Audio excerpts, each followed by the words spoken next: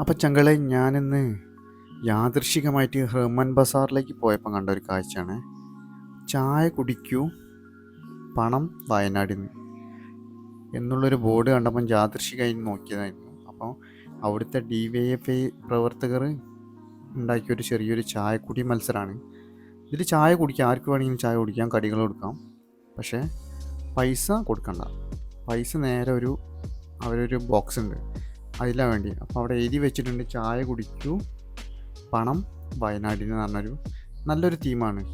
അപ്പോൾ ഇത് എല്ലാവരിലേക്കും എത്തിക്കാൻ വേണ്ടിയിട്ടാണ് ഞാനിത് ഷെയർ ചെയ്യുന്നത്.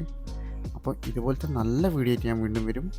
അപ്പം നമ്മളെ വയനാടിന് എല്ലാവരും കൈകോർത്ത് പിടിക്കുക. Okay, bye bye.